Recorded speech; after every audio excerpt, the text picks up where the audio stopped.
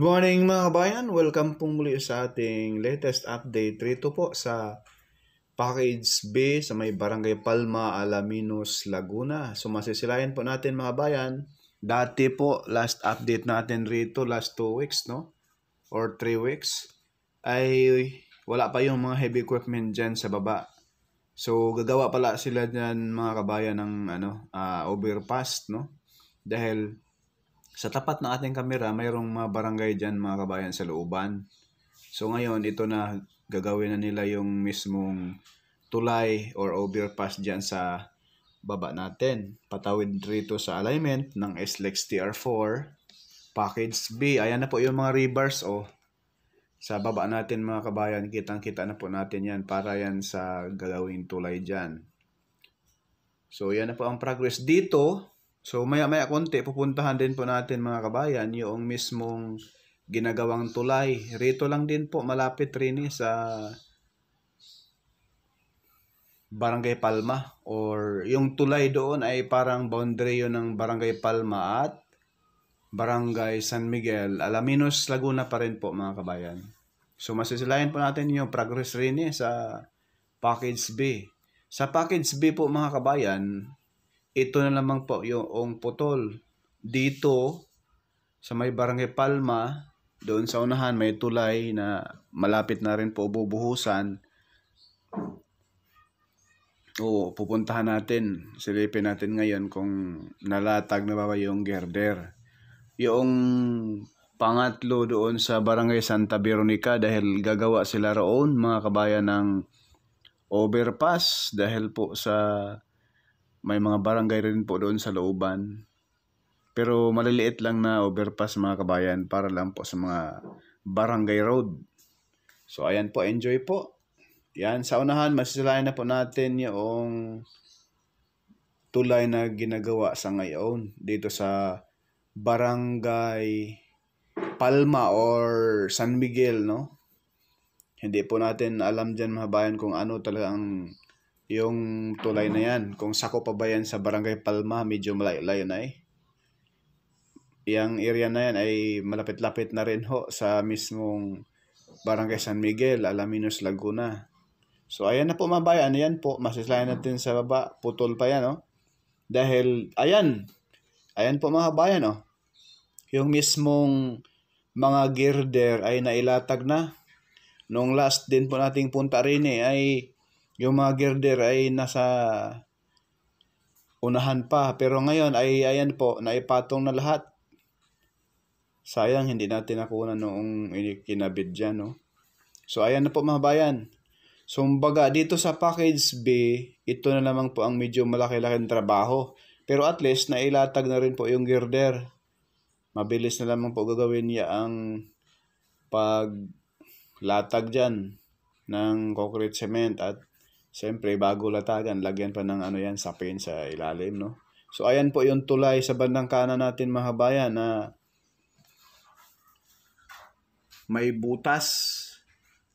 Kaya hindi padaanan ng mga heavy ang mga malalaking truck, bus, tracker itong Alaminos San Pablo Bypass Road mula doon sa Barangay San Juan and then papunta rito sa may Barangay San Miguel dahil po sa yung tulay na yan sa gawa ng DPWH ay nasira na agad. Yan po yung bypass road na yan ay gawa pa ng unang dating Pangulo Duterte. So ayan, may malaking butas po yan dyan mga bayan sa bandang gitna ng tulay na iyan. So back to the topic dito sa SLEX TR4. Ayan po.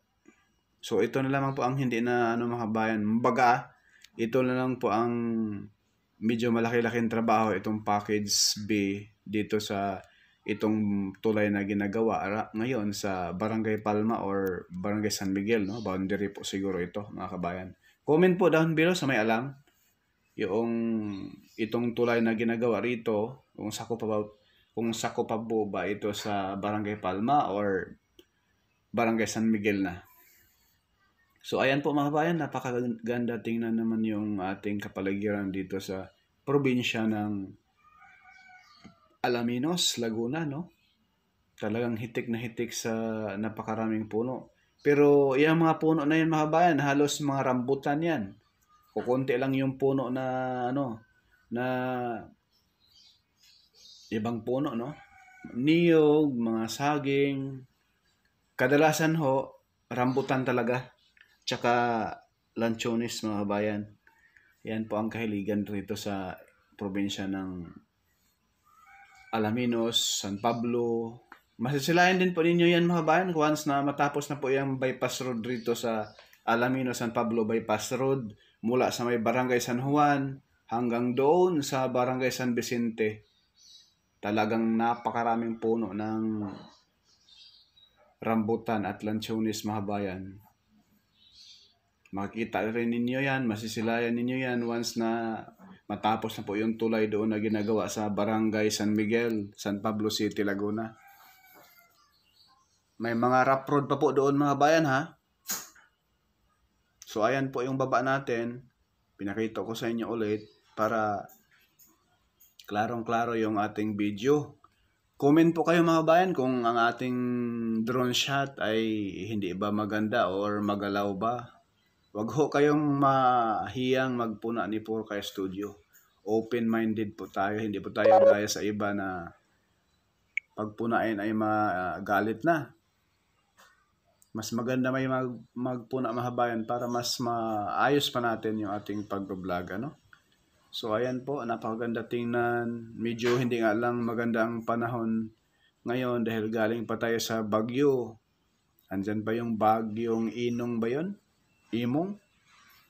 Ay napakarami na salanta natin mga kabayan, lalo na po doon sa Valenzuela, Malabon, Pangasinan. Dahil patag na patag po yung mga probinsya na iyan eh. La Union. Grabe. Ang daming sa baha. Kahit ang iba ng climate change ngayon mga bayan, grabe na. Konting ulan, baha. Lalo na yung Maynila, ay nako. Lagi tayo sa Maynila. Andun tayo nakatrabaho, no? Yung area ng Taft ay grabe naman ang tubig. Minsan pa ay nagdutangan pa yung dumi. Minsan tumatakbo pa yung lumalangoy pa yung mga daga, ipis. Diyos ko po. Kaya napakasarap tumira sa ganitong lugar. Ayan oh. Kita nyo naman yung mga kabayan. Talagang napaka-presko rito. Sarap tumira. Swerte yung mga kabayan natin na may mga lupain rito sa palibot sa Alaminos San Pablo Bypass Road at SLEX Tier 4. At ipakita ko po sa inyo mga kabayan ang sentro ng Alaminos. Ayan po. Yung may mga building na yan sa unahan, yan na po yung Alaminos, Laguna. At doon sa unahan naman, medyo malayo-layo ay, yan na po ay San Pablo City, no? Kaya, once na matapos na po itong SLEX Tier 4 at mismong Alaminos San Pablo Bypass Road, asahan natin, yung bayan ng Alaminos at San Pablo City ay talaga namang wala ng traffic eh. Asahan natin yan dahil yung mga tracker papuntang Lucena, Bicol, Visayas, Mindanao ay dito nadadaan sa SLEX at Alaminos San Pablo Bypass Road. E di hayahay na ang buhay. Wala ng traffic ang siyudad ng San Pablo City. Shout out po kay Ma'am Lisa Torres at sa buong taga San Pablo at mga kababayan ko rito sa probinsya ng Laguna. Sana po ay maaksyonan po yung pansol mga kabayan. Dahil may project din po nakaabang dyan yung bypass road papunta roon sa Bay Laguna at papunta rito sa Calamba. So mawala na yung traffic dyan sa pansol din po. So yan lang po mga bayan yung ating latest progress dito po sa Pagues Bay, Barangay Palma, Alaminos, Laguna. Please like, share, subscribe.